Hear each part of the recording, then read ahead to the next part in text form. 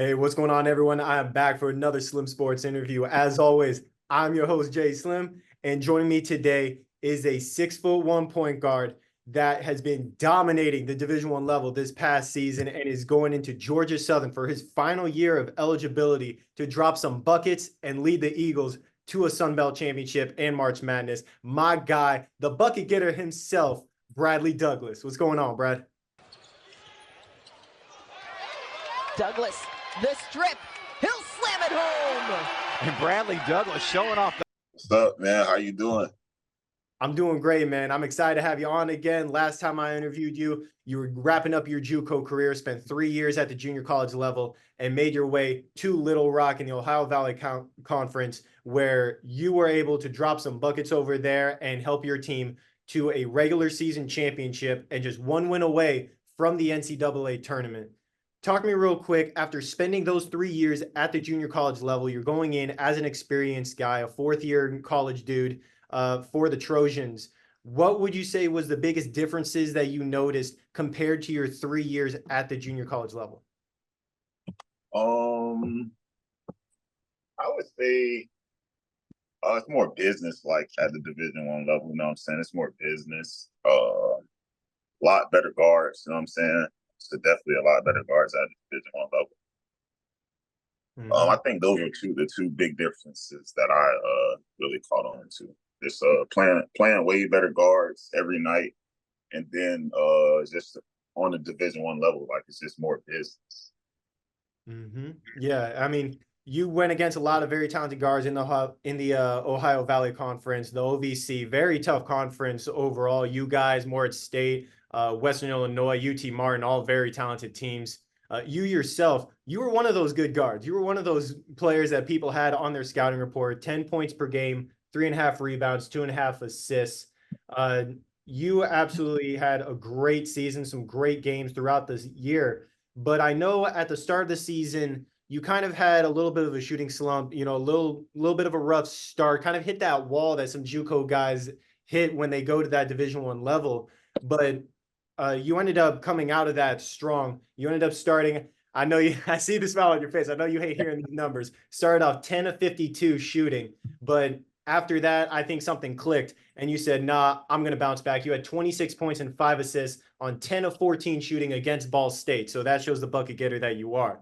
But talk to me real quick about how that affected your confidence a little bit at the start of the season and how you worked your way out of that to become the dominant player that you are right now.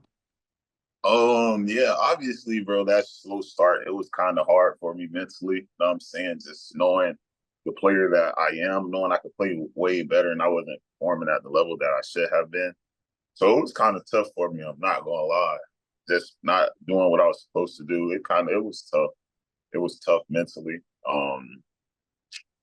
And then, I just had to get my confidence back. You know what I'm saying? Get in the gym, just refocus, get it back together. Yeah, and that's what you were able to do. Like I said, 26 in that game against Ball State. You had 20.7 rebounds in a win over UTSA, 19, 5, and 4 against Tennessee State. I mean, had some great games throughout the season. And you started off as a starter for that team, but that Trojan team had so much talent overall. Yeah, we were. You guys had 2 all OVC players. You guys had the freshman of the year, the coach of the year in that conference. And you actually ended up taking a 6-man role heading into conference action. Had a few starts here and there, but primarily ended up being that first guy off the bench that could come in and be a spark. Talk to me real quick about how you embraced that role, going from being a starter throughout pretty much all of your junior college career, starting off the season as a starter, and then having to take on that role as that spark off the bench. I just embraced it. You know what I'm saying? Just being a team player, you know what I'm saying? I needed to come off the bench. That was like what was best for me and the team. So that's what it was. You know what I'm saying? Honestly. Yeah, man. And I love the Ohio Valley Conference. Got nothing against them. I do want to point out they need to start putting out some more awards like 6-man of the year, because you definitely would have had that if they gave it out. So they got to change some stuff up, because Bradley Douglas needs some hardware after that phenomenal season that you guys had, where you guys ended up going 21-13 overall, regular season champs, made it all the way to the OVC tournament finals where you guys played Moorhead and unfortunately, didn't go your way. But talk to me real quick about this past season. What was it about this Trojan team that made it so dominant on the floor? I just honestly think because we did start off the season kind of slow. We were missing a few guys. We were missing our point guard KK Robinson and our big man Mikael Mitchell. So they definitely were big pieces to the team and why we started winning. But when we got to conference, it was more coach was enforcing like defense. We need to play defense. So we just really locked in on the defensive end, and like it just all really just started clicking at the right time. Yeah, and you guys kept it going all throughout the season. I mean, you guys had quite a few really good win streaks throughout that year. And like I said, regular season champs. You guys ended up, I believe, you and UT Martin shared that championship. And then you guys were so close. Trust me, I was watching that championship game. I was hoping to see another FSW alumni in the NCAA tournament. But yeah, man. You get to reunite with one of your old FSW teammates and one of the guys that recruited you to FSW during your JUCO days in Kente Hart and Tyson Brown being the player, Kente Hart being the assistant coach, because now you're heading off to Georgia Southern, or you're there already, you're repping their gear. Yeah. I know the transfer portal obviously is a really tough situation for a lot of guys. They enter their name into the portal, betting on themselves, trying to find a place. And I know you and I talked about in the past, you had a lot of schools looking at you. Talk to me real quick about that decision to go to Georgia Southern. I know you got a couple of guys there that you know already, and obviously Coach Hart recruited you over there. But what was it about Georgia Southern's culture, their team, that really drew you to become an Eagle?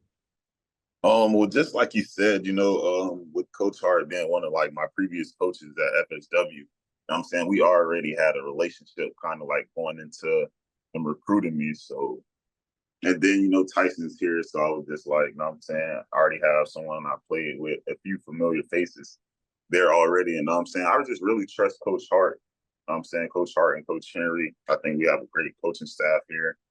And with it being my last year, I just know Coach Hart and Coach Henry seemed like they had my best interest, and I feel like they had my best interest. So that's like really what all went into my decision to come in here to Georgia Southern. Just I believe in the coaches. I'm saying? I feel like we could get it done here in the Sun Belt this year too. Absolutely. Georgia Southern, although the season as a whole for them last year didn't go as they wanted, they ended up going 9-24 overall. In Sun Belt action, they went 8-10. So there was a little bit of a spark there once they got into conference action. They found some rhythm, found a little bit of momentum. And it was under Coach Henry's first year there with Georgia Southern. Now going into that second year, bringing in guys like yourself and Tyson. I'm sure they're definitely going to take that step up. But like you said before, you and Tyson played at FSW together. And obviously I was there. I did stats for you guys.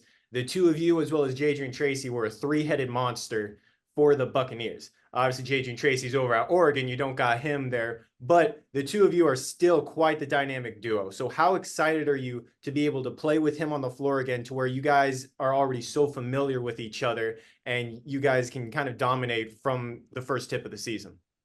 Honestly, I'm just really excited just how everything just comes back around full circle. Coach Hart, he didn't get the coaches that season because he had left and went to the Division I level. So it's just kind of nice how everything comes back full circle.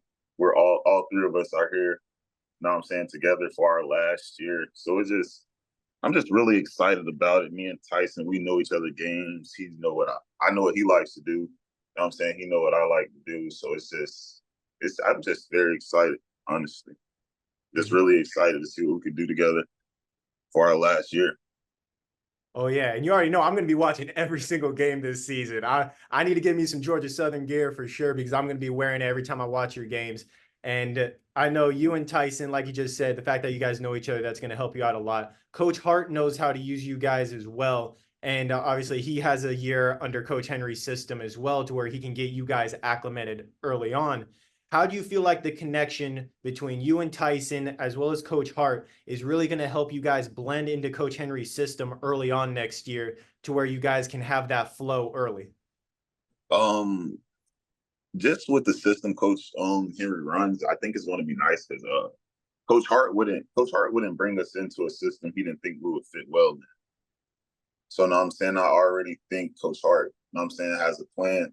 He's bringing us into a good system. Coach Henry has a good system that he runs. So I just think me and Tyson's game will fit well in a lot of space, freedom, screens. So I just feel like coming into this new system, Coach Hart knew he would excel in it, honestly. So I think we're going to do really well in this new system with Coach Henry. Yeah, you're talking about the system that he runs. Talk to me real quick about that system specifically.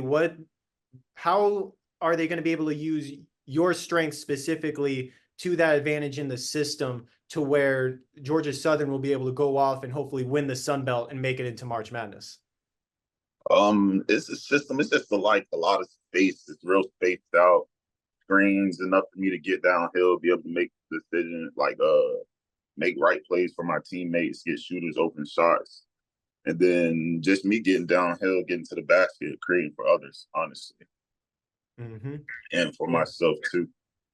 Yeah, I'm sure it's going to help you guys out a lot. Obviously, he came from Alabama with Nate Oates. He was actually one of the guys that recruited Keon Ellis, who's from your hometown, Eustis, Florida.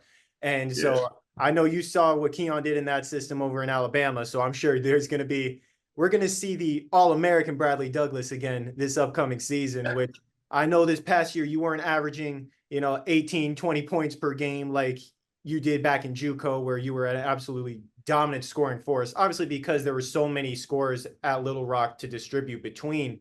What are you looking to do to take that step forward again at Georgia Southern to where you can be the All-American Bradley Douglas once again? Just honestly play my game, stay in the gym, stay focused. Just stay focused. Honestly, stay focused the full season.